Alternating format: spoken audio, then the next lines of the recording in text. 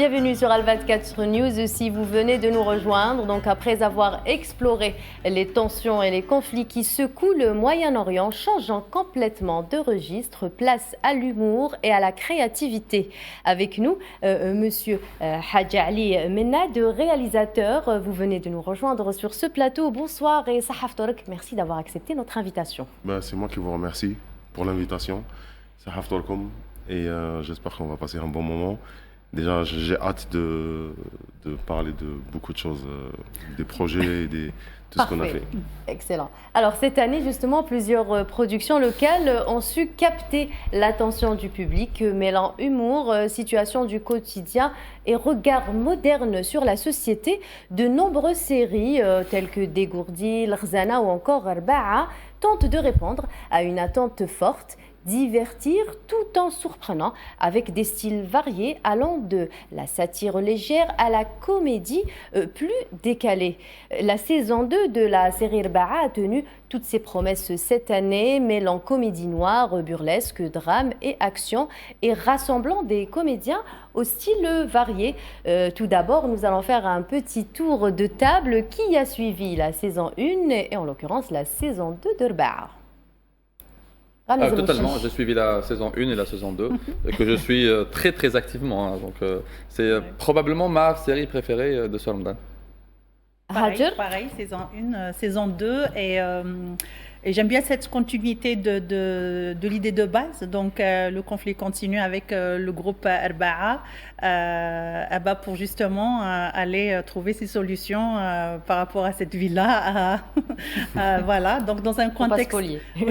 Non, je dis rien, puisque de toute façon, je n'en connais pas plus. Je suis comme vous, les épisodes un par un, et donc dans un contexte humoristique, de la comédie noire, du burlesque, donc un petit peu de tout, et c'est ce qui nous capte en fait à l'écran. Tinine El-Makassi, dites-nous tout. Je vais vous dire et je vais même être très honnête. Je ne regarde pas sur la télé, parce que voilà, pareil, vous savez. Pareil. Donc je regarde sur YouTube. Et c'est très... C'est tout un débat, l'histoire des plateformes. C'est tout un débat. Et en fait, elle se laisse regarder très facilement. On peut regarder très facilement, d'autant plus qu'il y a beaucoup de comédiens que j'aime beaucoup. Et les retrouver, on a l'habitude de les voir dans des productions, dans un autre registre, et les voir dans ce registre qu'en Algérie, on connaît ce registre du burlesque en Algérie, on se souvient de l'inspecteur Tahar, mais le voir d'une façon complètement différente, moderne, avec des références qui appartiennent à, j'ai envie de dire pour une fois comme Rami, à notre génération. À notre génération, effectivement, qu'on partage ce plateau. Et c'est ça qui donne du peps à la série, c'est retrouver ces petites références qui renvoient à notre culture urbaine. Alors, c'est agréable. Monsieur Mennad, je me retourne vers vous. Donc, on rappelle que vous êtes le réalisateur de la deuxième saison d'Arba'a. Quelles ont été les principales inspirations pour cette deuxième saison ? Alors, la deuxième saison, pour moi, c'était un vrai challenge pour moi, parce que c'est difficile déjà de réaliser une deuxième saison, alors qu'une série qui existe déjà. Et donc, le choix, il n'a pas été facile. Ce qui m'a motivé de le faire, alors le scénario, parce que le scénario, moi, ça me parle. C'est mon univers, tout ce qui est suspense, action et tout, etc. Et je le maîtrise mieux qu'autre chose. Et puis ça m'a vraiment donné envie. Et puis même les acteurs et les auteurs, les scénaristes, ils étaient de mon côté aussi. Ils m'ont motivé. Donc c'était pas vraiment facile. Parce que, alors si j'étais acteur dans le film, peut-être, ouais, ok, n'importe qui peut accepter de jouer dans Arba'a. Surtout avec Nabil Asli, Nassim Haddouche, Hakim Zelloub, Adila, Adel, Nasser Soudani. C'est un groupe que j'aime beaucoup. Ouais, et ils ont cette complicité. Et cette complicité, moi, je l'ai vue en vrai devant moi.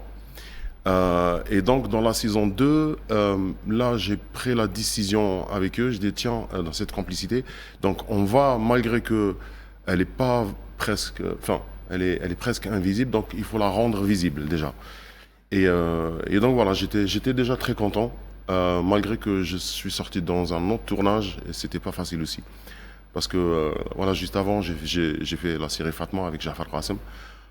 J'étais le deuxième réalisateur, deuxième équipe. Je sors d'un tournage d'une époque et je rentre dans un autre tournage et un autre projet. Et c'était pas ça aussi. Il faut formater le cerveau. Ça se passe comment? Ah oui, parce que la préparation, parce que alors il y a un seul phénomène, c'est que les réalisateurs, je sais pas si les autres réalisateurs aussi, mais moi personnellement, quand je suis dans un tournage, quand je dors le soir, tous mes rêves, je suis dans le tournage.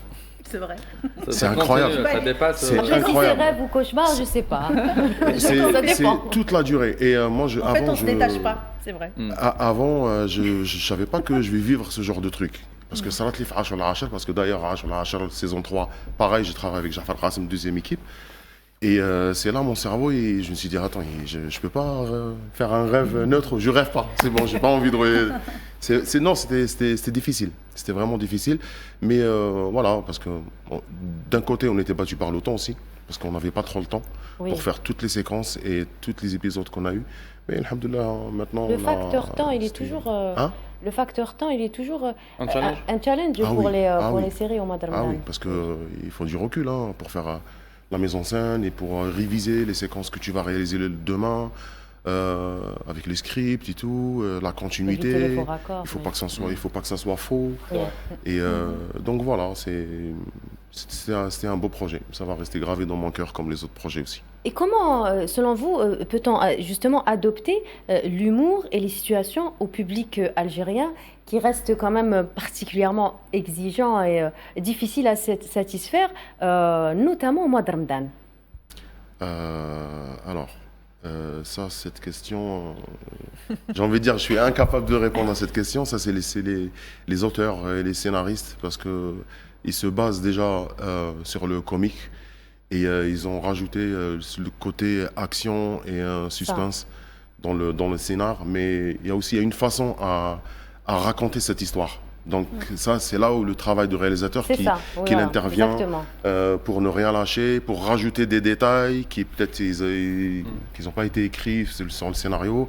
Mais l'œil du réalisateur, elle est toujours différente que le scénariste et les acteurs aussi. Mais justement, Arba'a, c'est de la comédie noire. Est-ce que c'est difficile justement de réaliser de la comédie noire en Algérie? Honnêtement, il y a eu des séquences, j'étais pas très convaincu parce que moi je connaissais pas vraiment l'univers de Arba'a. Et après, avec le temps, j'ai appris qu'est-ce qu'il faut faire, et il faut se baser là-dessus, et on rajoute toujours des ingrédients pour des petits piments comme ça.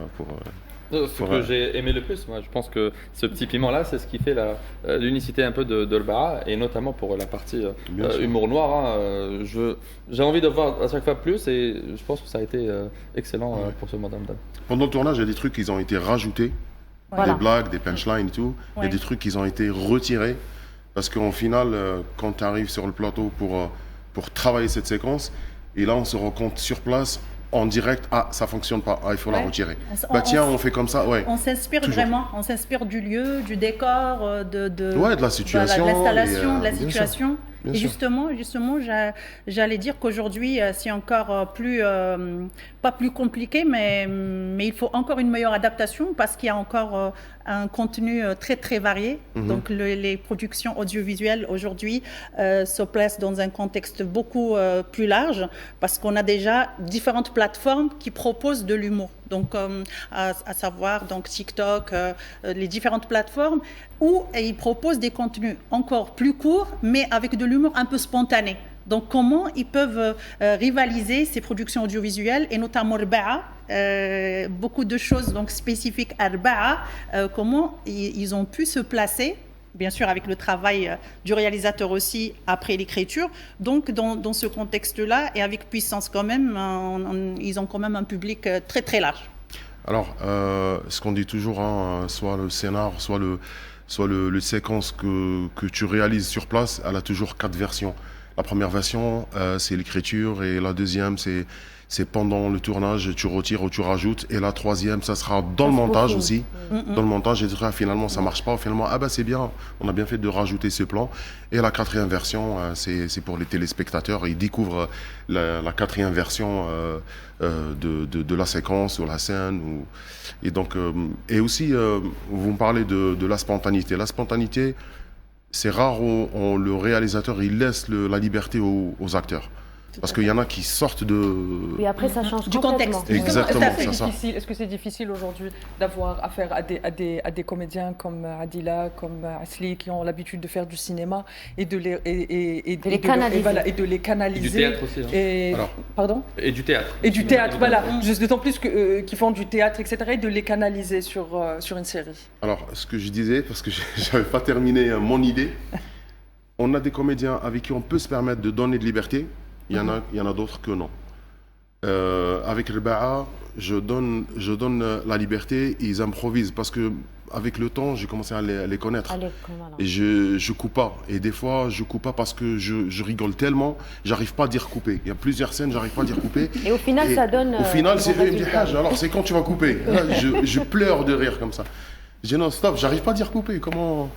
Et donc voilà, mais non, ils respectent parce qu'ils connaissent l'idée de la séquence, où on va y aller, parce qu'on discute, hein, chaque séquence on discute, ça parle de quoi, on va aller vers quoi, la séquence suivante, c'est-à-dire dans le scénario, dans la continuité, non, il faut baisser un peu d'énergie, là il faut monter de l'énergie, le tac au tac, les répliques et tout. Et donc on fait attention à ce genre de détails.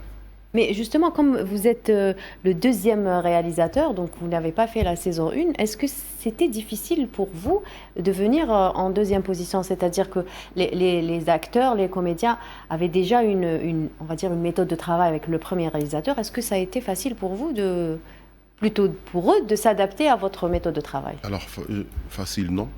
C'était pas facile.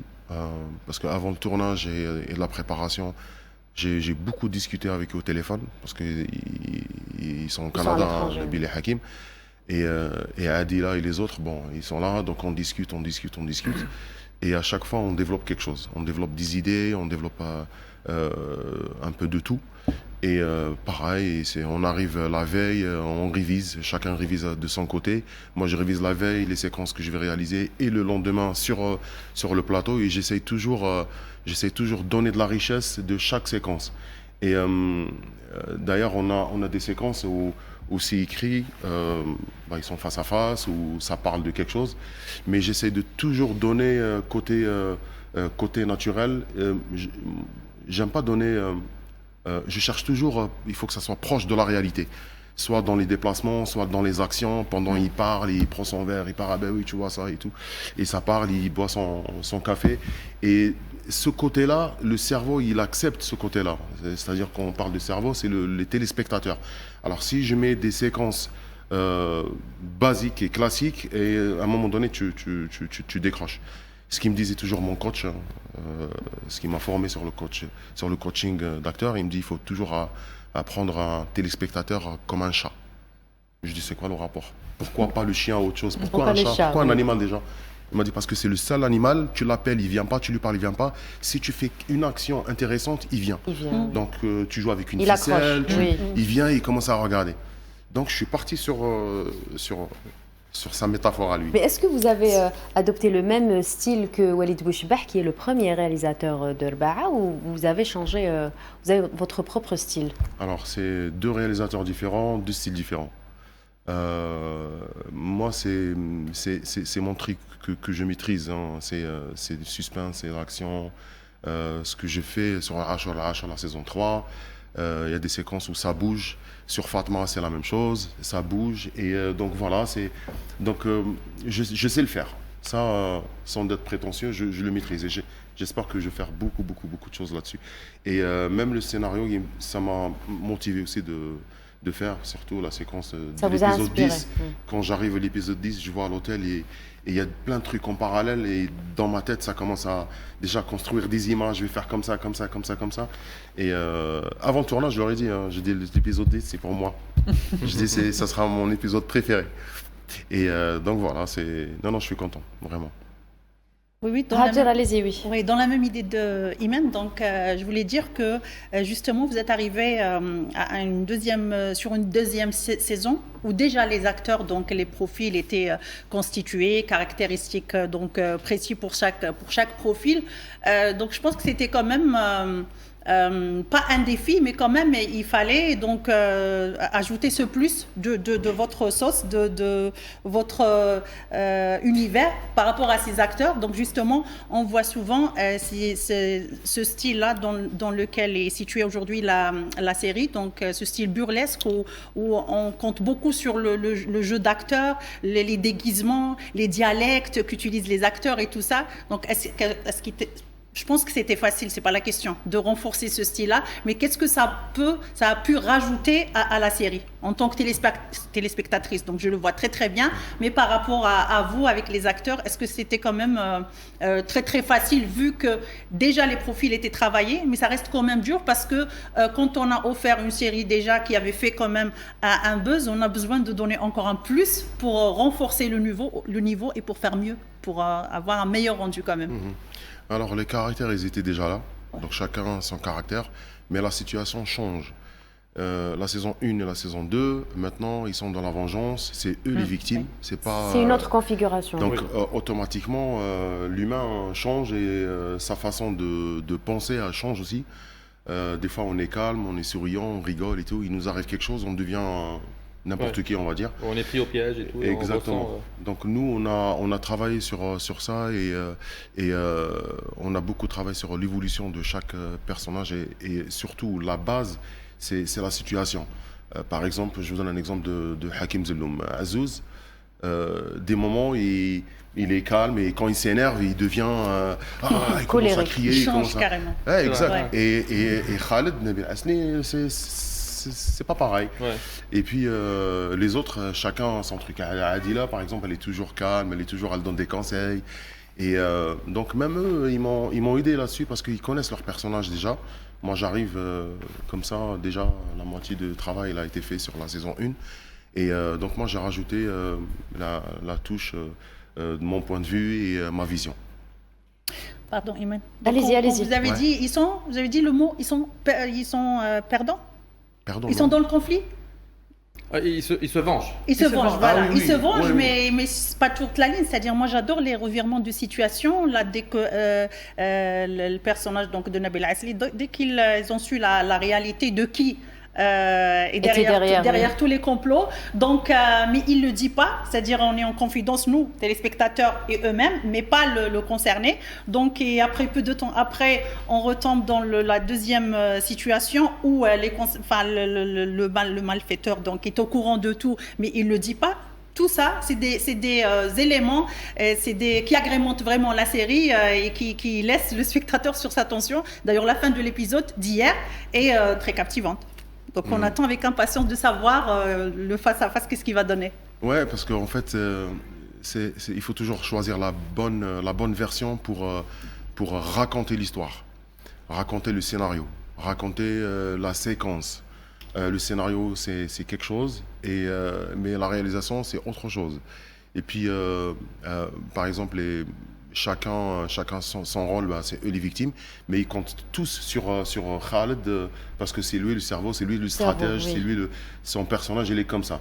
Et des fois, on utilise ce qu'on appelle les ponts, et puis grâce aux autres, on arrive à comprendre la blague ou on arrive à comprendre. Des fois, ils posent des questions. Les autres acteurs, les autres personnages, ils posent des questions à Khaled et Khaled il répond. Alors, ça se trouve que Khaled il a déjà préparé la réponse, donc maintenant il faut trouver la bonne question pour que ça glisse bien, pour que ça passe, pour que le spectateur il dit waouh.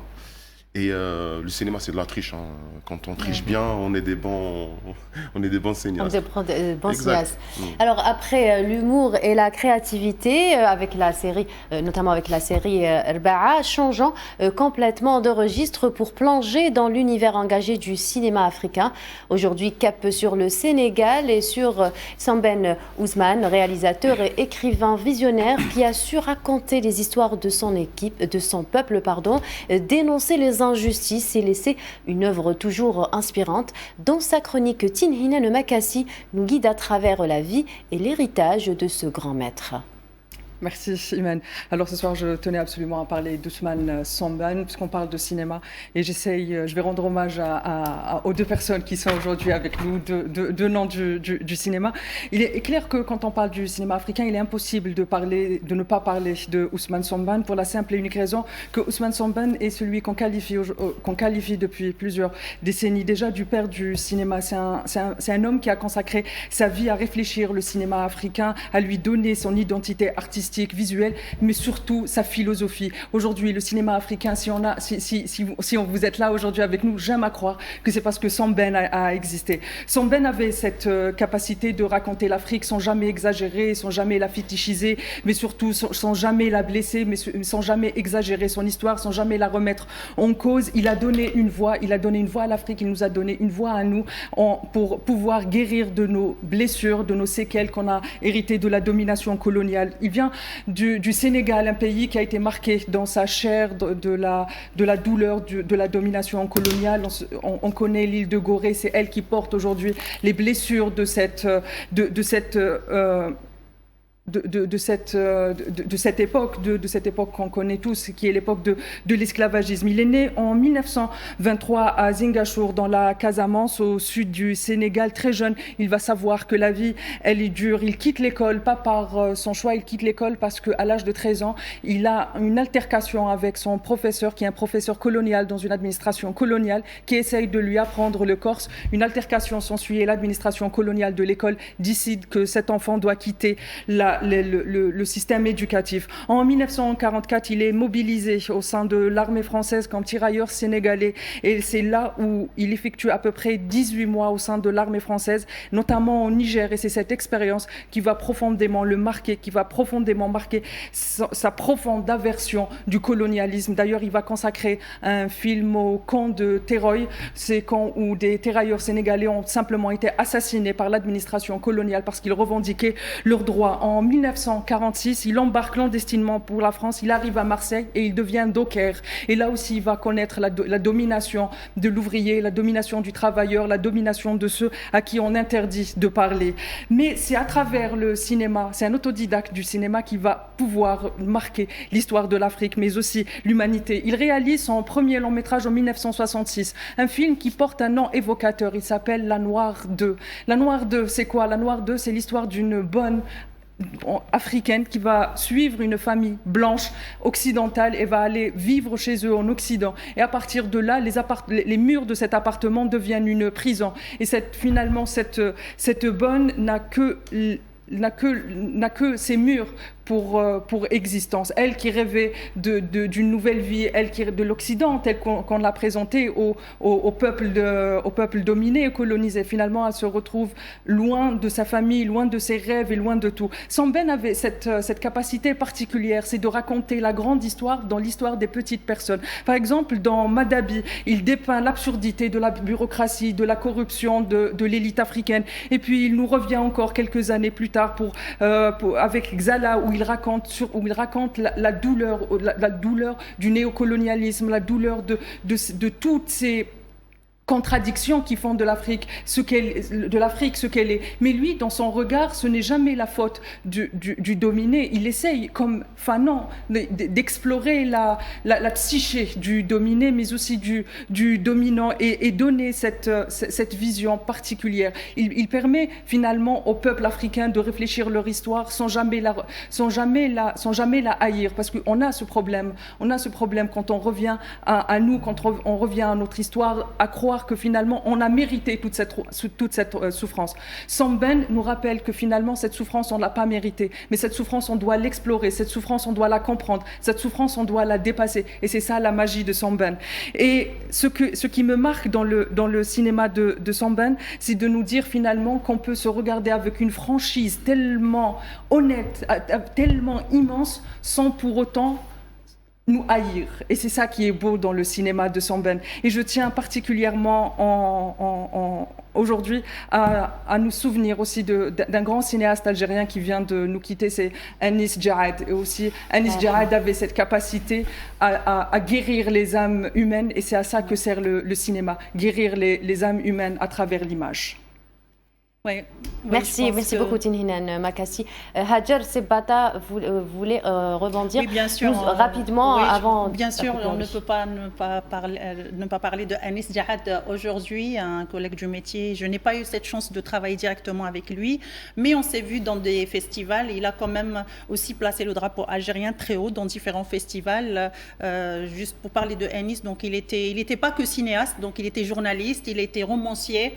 Et il a fait ses premiers courts-métrages donc, sur ses propres scénarios, donc Passage à niveau, Le voyage de Keltoum, Hublot, avec ses films. Donc il a participé il a participé dans plusieurs festivals avec beaucoup de prix. Donc après son premier long-métrage, La vie d'après, avec lequel il a eu le Tanit d'or au JCC, suivi de son deuxième long-métrage, Terre de vengeance, aussi primé au Caire, donc le prix de la critique au Festival de la littérature et du cinéma de la femme à Saïda. Donc le meilleur prix, d'ailleurs le grand prix, c'était là-bas que j'avais vraiment échangé avec Anis Laïrahmon. On s'était vu là-bas. Et donc Anis ne faisait pas en fait ses films pour plaire aux gens. Même s'il a eu tous ses prix, il faisait ses films de par donc, ses convictions, son côté humain. Donc, il faisait vraiment des films. Souvent, il est, je pense, peut-être classé aussi dans le film cinéma d'auteur. Et ça reste un cinéma quand même où on doit être vraiment très convaincu de ce que l'on fait. Il se représentait aussi à travers ses films. Donc, c'était quelqu'un qui ne parlait pas beaucoup, comme dans les films, mais très, très profond. Merci Hajar, Rabbi Yarahmou, merci Tinhinan. Restez avec nous, nous revenons dans quelques instants.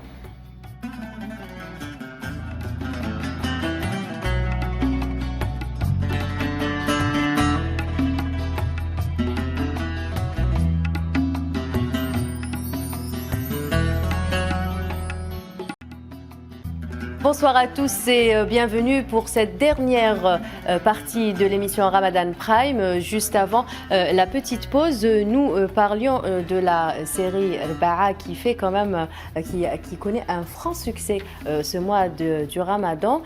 Tinhinan Makassi voulait intervenir auprès du réalisateur, Monsieur Menet. Je vous laisse la parole, Tinhinan. Effectivement, moi, Monsieur Menet, j'aimerais savoir, Al-Ba'a, c'est l'image, les décors, les costumes, etc. C'est particulier à ce qu'on voit d'habitude dans le cinéma algérien quand il n'est pas d'époque. J'aimerais savoir comment vous avez appréhendé le décor, la lumière, parce que l'image est très particulière, elle est très intéressante. Alors, c'était une très bonne question. Parce que le décor, en fait, les scénaristes, ils ont écrit leur scénario et ils ne pensaient pas au décor, est-ce qu'on va mettre beaucoup de décors, moins de décors. Ils sont partis, ils avaient la liberté totale sur le scénario. Exactement. Et après, le décor, parce qu'on a utilisé beaucoup de décors, beaucoup de déplacements, et le déplacement, donc ça bouffe du temps. C'est pas comme des sitcoms où tu tournes que dans un endroit. Alors qu'est-ce que c'était la question par rapport au décor? Comment vous avez appréhendé les décors, les lumières? Parce que même la lumière, il y a un jeu de lumière qui est incroyable dans cette série. Donc la lumière, il y avait un pro aussi, un DOP qui maîtrise beaucoup la lumière et il te fait gagner du temps. Mais vous, quelle était l'image que vous vouliez donner dans vos inspirations? Quelles ont été votre sensibilité artistique finalement dans ce projet? Alors on a donné des références, des films qui existent déjà. Voilà. Au niveau de la couleur, les habits, donc tout ce qui est costume de déguisement, donc c'est eux qui choisissent le costume déguisement, le costume de chaque personnage. Donc on a joué sur les couleurs, sur la période de l'Arba'a quand elle va passer. Donc il va faire froid, donc il faut prévoir des vestes, etc. Donc ça aussi c'est une partie à réfléchir et trouver vraiment la solution. La lumière, les couleurs, donc ça c'est l'étalonnage. Donc même la production, ils étaient tous d'accord pour donner une autre version, une autre couleur par rapport à la saison 1. parce que la saison 1, donc vu qu'ils étaient un peu, ils ont joué dans une couleur un peu sombre, parce que leur QG il est en sous-sol. Un bunker. Ouais, voilà, exactement. Et après, ce genre de truc, c'est à tester. Même l'équipe technique, au début, avant le tournage, on a fait des tests de l'image, des tests des couleurs et tout. Et après, on était tous d'accord de partir sur cette palette de couleurs. Et puis, on trouve que ça fonctionne parce que dans le comic, il faut toujours laisser la couleur. Il faut que ça soit un peu gai, oui. Exactement, visible et bien. Dans les films, tout ce qui est des films d'horreur, donc tu trouves la couleur dark. Foncé. Exact. Donc chaque thème, il a son univers des couleurs. Et aussi le pays aussi. Donc quand tu tournes en Algérie, c'est pas comme tu tournes en Espagne ou en France ou dans n'importe quel pays. Donc les couleurs, ça joue aussi. Et quoi d'autre aussi? Ce genre de détails, chaque détail, on a eu beaucoup de discussions avec la production et avec Rabaa aussi, parce qu'on était tous sur le même projet et puis on portait tous le projet sur le dos. Donc on a partagé les tâches et puis on s'est mis vraiment ensemble pour donner une force qui est incroyable. Et la réussite, on la voit déjà avec le succès, les gens. Et ça, c'est mon plaisir, elle est là, moi aussi. Et que pensez-vous juste on va parler un peu des différents dialectes qui ont été intégrés à Arbaa. Quel est votre regard sur ça? Ce qui dit, il y a eu plusieurs dialectes. Constantinois, oranais, blidéen. Alors ça, Arbaa, c'est leur truc. Parce que des fois, il me dit voilà, Hajj, on va jouer des skikda, par exemple. Et moi, je connais pas les accents, malheureusement. Il joue devant moi, pour moi, c'est algérien. Et après, je commence à découvrir pendant la répète. Et là, je commence à rigoler. Je dis, c'est marrant. Et ils sont doués, hein. Ils sont doués. Ah oui, ils sont très, très forts. Accents, ils sont très, très forts. Je reconnais la majorité parce ils sont que très, j'en très ai forts. connu. Ils sont très, très forts. Ils ont fait beaucoup de choses. Ils ont fait... aujourd'hui, c'était le Rwat. Oui. Ouais. Et moi, je connais pas l'accent de la Rwat. Si tu me fais différent de l'accent, moi, je suis incapable de te dire ça. C'est Tlemcen, je connais. Adila, elle a fait tous les dialectes. Elle a très bien fait. Il a très bien fait. Tlemcen, les gens de Tlemcen et tout. Et les gens, ils s'identifient, c'est comme si on a fait un voyage. Oui, voilà. Il y a des références très pertinentes dans les accents. Je veux dire, même les références sur les choses qui se disent, par exemple Constantine, il y avait des choses que j'ai reconnues, qu'on dit. En constantinois qu'il est, n'est-ce pas? Évidemment, et même les autres, quand ça parle de Batna, Stayf aussi, les choses comme ça. Annaba aussi. Et ça a renforcé vraiment la popularité de la société. De la série, vu qu'il y a plusieurs dialectes, donc plusieurs les castings aussi, je pense qu'ils ne sont pas tous sur Alger, donc c'est une variété aussi du casting, et c'est ce qui fait que les gens s'accrochent vraiment à la série de différentes régions de l'Algérie. Donc c'est vraiment une série qui est faite pour toute l'Algérie. Chacun se retrouve à travers son dialecte. Exactement. Et j'allais dire aussi que celui qui a marqué, je sais pas, plus ou moins dans ma famille, je le vois, c'est Skikdia, qui est interprété d'une façon extraordinaire par Adila Bendimred. Et voilà, donc... En fait, quand il se prépare, à chaque fois, je découvre sur place, il se prépare, il me dit, Hajj, tiens, on va faire ça. Ok. Et déjà, ils ont répété, ils ont dans leur loge et tout. Et moi, j'arrive, je me concentre sur la mise en scène, par rapport aux phrases, par rapport à la situation et tout. Et c'était la seule fois, ils sont venus me voir et me disent « Hajj, maintenant c'est à toi de nous donner le dialecte de quoi ?» Il me dit « T'es d'Oran ?» Je dis « Ouais. » Il me dit « Maintenant, on va jouer les Oranais. » Et là, je dis « D'accord, tiens, on va faire ça. » Donc j'étais en même temps... Là, ça connaît. Donc, une sorte de brainstorming en plein tournage. Exact. Non, et comptez-vous, Monsieur Menad, réaliser un film au cinéma? Ah oui. Ouais, est-ce que c'est dans vos projets? Oui, ça c'est mon projet depuis des années. C'est pas qu'aujourd'hui, c'est pas parce que aujourd'hui je commence à faire des séries tout ça, mais le cinéma c'est quelque chose que j'ai envie de faire. C'est dans vos projets. Et là j'ai 2 longs métrages. Il y en a un qui va être tourné en Algérie et le deuxième c'est une histoire vraie que je vais raconter. Et le deuxième ça va être en France, à Paris. Et j'ai essayé d'adapter le scénario ici pour le faire en Algérie, ça marche pas. Mais le deuxième, il est à 100% ici en Algérie. C'est un long métrage cinéma, c'est une histoire vraie qui s'est passée en les années 2000. Et cette histoire, je l'ai vécue devant moi. En une nuit, il s'est passé beaucoup de choses. C'est pas un film d'horreur, mais c'est plus aventure. Une petite exclusivité action, pour Al-24 News. Pardon ? Une petite exclusivité pour Al-24 News. Le titre de votre film. Alors, le titre. Peut-être pas le titre. Sans vouloir spolier, sans vouloir spolier voilà, on va peut-être se contenter du titre. L'histoire commence à partir du coucher de soleil et elle se termine le lever de soleil avec un avion qui vole comme ça et il quitte le pays. Mais il s'est passé vraiment. Vous ne voulez pas nous donner le titre. On a compris, monsieur Mouned. On a compris, monsieur Mouned. Alors, on va vous emmener au cœur de l'ouverture de la 15e édition du Festival culturel national de la chanson Chabi, un événement qui célèbre la richesse et la diversité de ce genre musical emblématique. Entre scènes vibrantes, artistes de renom et découvertes prometteuses, notre journaliste Fella Helaili nous plonge dans l'ambiance festive et authentique du Chabi algérien.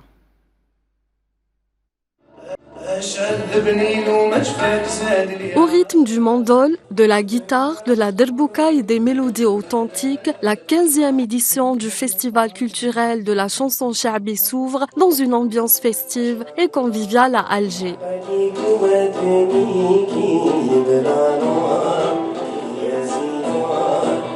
Cette édition a été précédée par des ateliers de formation et des masterclass destinés aux participants. Une occasion pour ces jeunes artistes de monter sur scène et de faire découvrir leur passion pour le Chabi, un style populaire.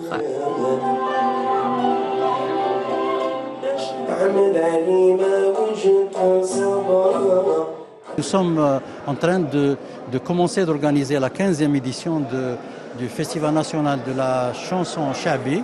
Et puis nous sommes là depuis assez longtemps et notre slogan a été toujours la connaissance et le savoir. Dans la pratique, dans l'enseignement, dans la formation des jeunes que nous recevons aussi pour le festival qui atteignent jusqu'à la phase finale, nous leur donnons des cours sous forme de masterclass, sous forme d'ateliers, sous forme de travaux dirigés, etc. Et puis, quand ils viennent à la finale aujourd'hui, ils sont déjà formés. Ils peuvent rencontrer les journalistes, ils peuvent parler eux-mêmes du genre qu'ils sont en train de pratiquer. Pour les participants, ce festival représente une véritable opportunité de se faire connaître et de partager leur passion pour le Chabi, tout en rendant hommage aux grandes figures qui ont marqué ce genre musical algérien.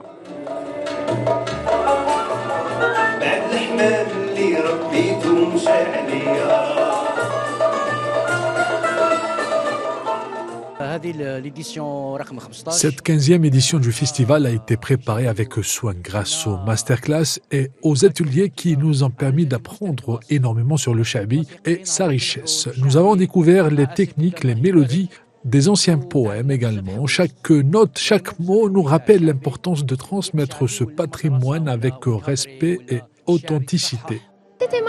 C'était magnifique, une expérience vraiment spéciale pour moi car j'ai beaucoup appris sur la chanson Chabi et comme ma vie est liée à l'andalou, j'ai découvert des choses que je ne connaissais pas encore. J'ai rencontré des artistes et de grands maîtres qui m'ont beaucoup enseigné.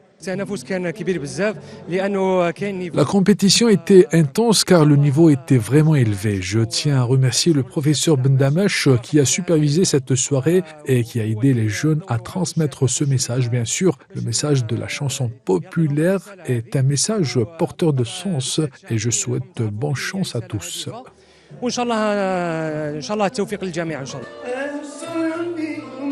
Les soirées du festival se poursuivent au Palais de la Culture à Moufdi Zakaria dans les prochains jours avec d'autres prestations et la poursuite de la compétition entre les jeunes talents du Chabi. Un rendez-vous culturel important qui contribue à préserver et à valoriser ce patrimoine musical algérien transmis de génération en génération.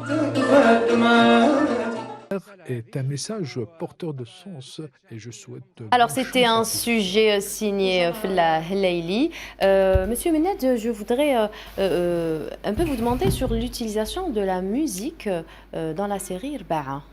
Comment s'est faite la composition? Alors la musique, il y a deux compositeurs dans cette série. La musique de c'est une musique assez particulière. Générique que j'aime beaucoup. Oui. La musique c'était Kader Sofi. C'est un grand compositeur il est très très fort. Et puis il a composé pas mal de musique aussi dans le Rba'a, la saison 2. Et puis le deuxième compositeur, il s'appelle Hani, donc il nous a aidé aussi avec d'autres musiques. On les a utilisées des fois sur un épisode, on trouve les deux musiques les deux compositeurs par exemple. Et chaque musique, elle a ses séquences. Est-ce que c'est une séquence dynamique? Est-ce que ça parle de quelque chose de neutre? Est-ce qu'il y a la préparation, par exemple?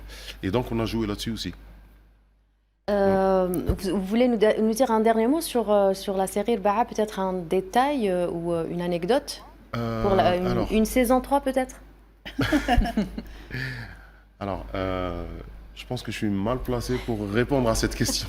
Mais pour le rythme, vous avez dit tout à l'heure pour le rythme. Oui, on s'est basé aussi sur le rythme pendant le tournage et sur le montage. Et d'ailleurs, je voulais aussi remercier Sofiane et Riyad parce qu'ils ont fait un travail magnifique sur le montage. Parce qu'ils avaient compris ce que je voulais. Et puis le rythme, c'est ça qui, surtout dans le comique, il ne faut pas que ça soit long, il ne faut pas que ça soit lourd. Oui. Exact. Non, c'était très bien. Le rythme aussi, pour avoir ce genre de résultat de rythme, donc il faut créer de l'énergie pendant le tournage. Parce que on peut par exemple se faire avoir pendant le tournage et tu dis voilà.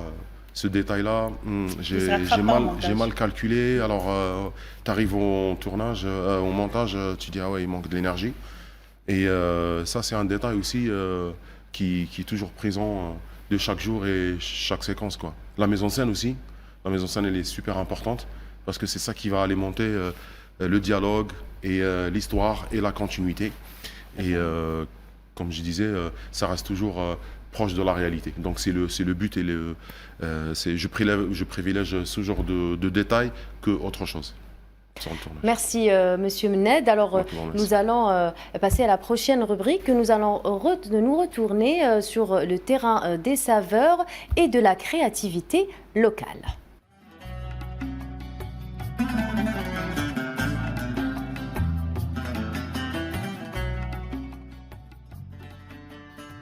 Alors en Algérie, les concept stores mêlant épicerie fine et produits artisanaux connaissent un succès croissant. Pendant le mois de Ramadan, les familles recherchent des produits de qualité pour leurs repas et leurs célébrations. Ces espaces ne se contentent pas seulement de vendre, ils offrent une véritable expérience sensorielle et culturelle où les clients peuvent découvrir des saveurs locales unique, apprécier le savoir-faire traditionnel et explorer des créations artisanales originales.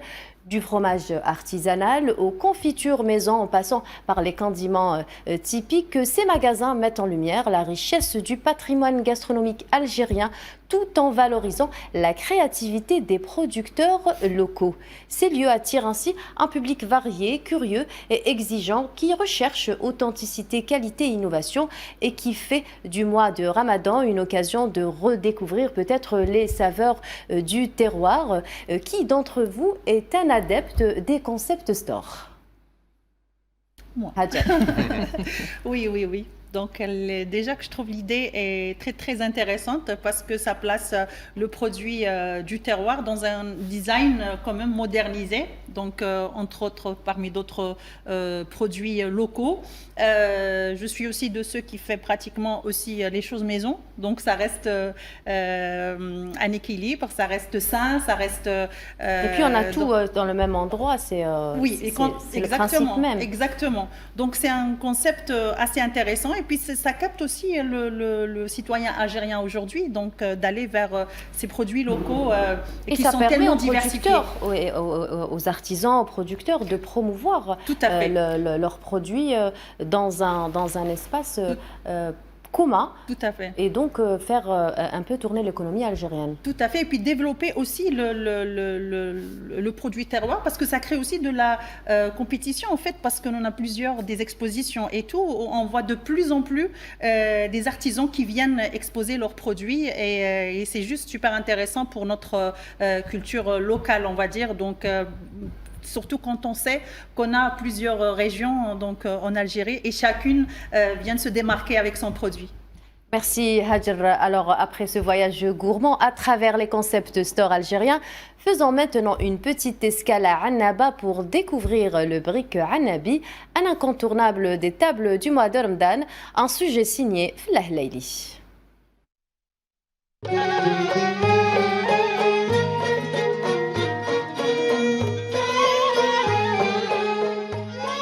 Annaba vit au rythme de ses traditions, surtout pendant le mois de Ramadan. Le bourak Annabi fait partie de ces incontournables du ftour. Dans sa boutique, Nouari le prépare chaque jour avec soin. Son bourak est devenu très apprécié par les habitants. يديروا تريانجل كان يديروا سيجار حنا نديروه كاري هذا ها وي والبريك تاعنا واش فيه لا بوم دو تير كيما يديروا بارتو يديروا لا بوم دو تير يديروا لو بيرسيل هذا لي زونيون زيت لي زوليف لا فيون داشي كان طون وكان لا فيون داشي وكان بولي كان يحط لا كروفات وكان كل واحد كيفاه واش يحط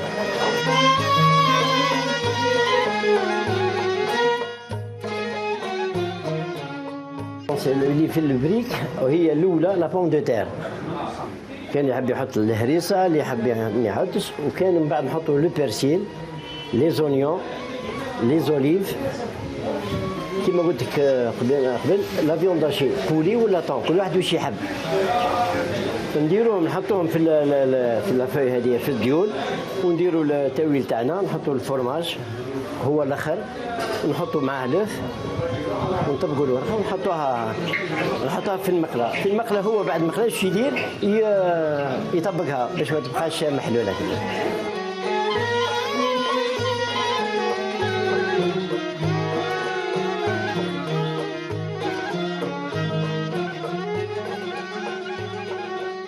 ويطيب كل واحد ديبون، واحد يحبها طيبه، واحد يحب مروب، واحد هي لا بليبار تاعنا حنا تاع البورك عندنا يحبوه مروب. فيون داشي بالفرماج مروب. مروب سادي العظمه تكون كولون، تكون فهمتي مش طيبه. كاين الطيب وكاين نص طيب. لا موتي تكون لو بلون ديف من الداخل طيب. ها هذه نص ياب، والمروبه تكون العظمه تاعها تبقى هي في والطيبه نطيبوا لها نطيبوا لو جون داف هذاك ولا بلون داف يطيب باه باسكو كاين واحد ما يحبوهاش مروبه واللي يحبوا لا بليبار يحبوها مروبه.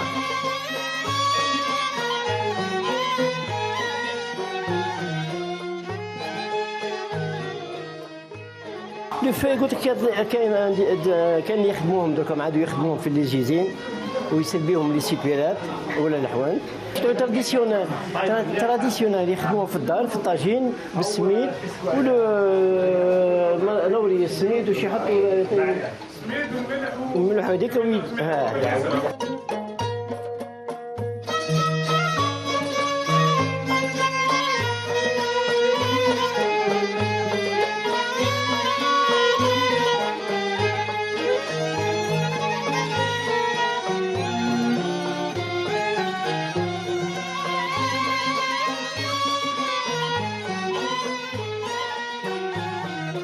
في رمضان ما كانش اللي ما يديرش البوراك في الدار. الناس يحبوا البوراك ولا بليبار حنا في عنابه يحبوا يديروا البوراك في رمضان.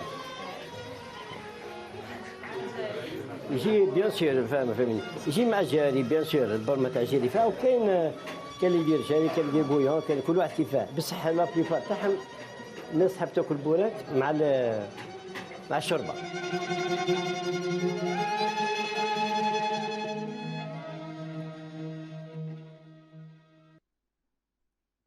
Voilà, c'était un sujet sur les briques Annabi. Alors, Monsieur Mnad, qu'est-ce qui marque la table oranaise au mois de Ramadan? C'est le harira avec le bourek.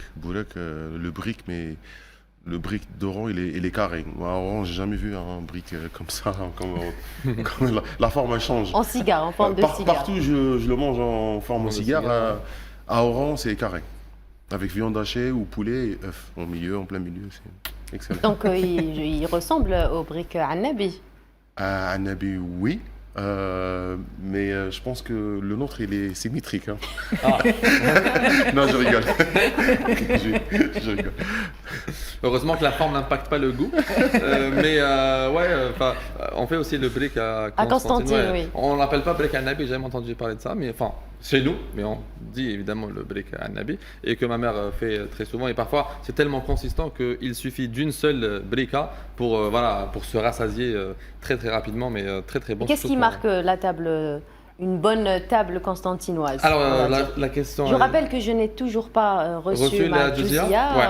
La prochaine fois tu recevras la Juzia et le Shbah Sfar justement qui sont le point qui caractérise justement la Jari table. aussi. Et le Jari qui est un peu différent par rapport à la Shorba, même si c'est Jari fric que nous faisons. Avec une brique justement et le Shbah Sfara qui est un peu l'équivalent de l'Ham Lahlou, mais avec les petites formes de Shbah Sfara qui est déjà c'est de la pâte d'amande, qui est très très bonne et très sucrée évidemment. Faut pas trop manger, mais c'est très bon. Brique sucrée? Non, c'est la Shbah Sfara. Ah. Ouais, mais brique sucrée c'est une nouvelle. Enfin, on pourrait un jour penser à ça. Je connais pas. Hajar Sebata voulait rebondir sur les briques. Les briques, non, moi j'ai entendu les collègues donc ils parlaient que de la forme carrée, rectangulaire, mais c'est pas que ça la question, c'est donc brique al-Nabi. Je pense ça, comme il dit, c'est consistant, donc c'est la différence c'est dans la pomme de terre, l'œuf qu'on doit mettre aussi à l'intérieur. Attention, c'est pas que la forme. Ouais. Non, mais ça devient automatique hein. Quand tu vois une table comme ça, je suis invité, je vois le brique forme cigare au carré, je sors direct sur le carré, je sais pas pourquoi. Donc vous n'avez jamais mangé de bourrec en forme cigare? Si. Ah d'accord. Bien sûr, je mange là tous les jours. Tinine al-Makassi. Concernant les bourrecs ou les briques, c'est devenu un débat géométrique. Voilà, débat géométrique. J'aime beaucoup Tinine al-Makassi. Alors moi contrairement à vous, moi je suis une grande amatrice des bourrecs. On est proche d'Alger, je viens de Tizi, on est proche d'Alger, c'est l'influence, c'est pas ma faute. Oui. Moi, je suis une amatrice de... D'ailleurs, j'arrive jamais à faire la différence des noms. Il y a le dioul, il y a le bourrec, j'arrive jamais à me... Un dioul, c'est la feuille voilà. C'est la matière première. Voilà, donc... Vous ne faites pas beaucoup la cuisine, Tinine al-Makassi. Il faut pas parler de ça, c'est un sujet sensible. Non, c'est juste pour dire que l'art culinaire algérien est quand même assez... Et c'est ça qui est très diversifié, très vaste. Je pense que le forme cigare, il n'y a pas de place pour mettre un œuf dedans. Non, il n'y a pas possible. Si par contre le bourrec algérien, il y a une omelette algérois, en omelette. Voilà, oui. Voilà. C'est la particularité du bourrec algérois. D'accord. Et du fromage, voilà, et de la viande, ou du poulet. Sur ces belles paroles, merci d'avoir été avec nous, Monsieur Mnad. Merci aux chroniqueurs d'avoir enrichi le débat. Merci à vous, chers téléspectateurs, de nous avoir suivis. On vous donne rendez-vous lundi prochain, même heure, même chaîne. Bonne fin de soirée sur Al 24 Minutes.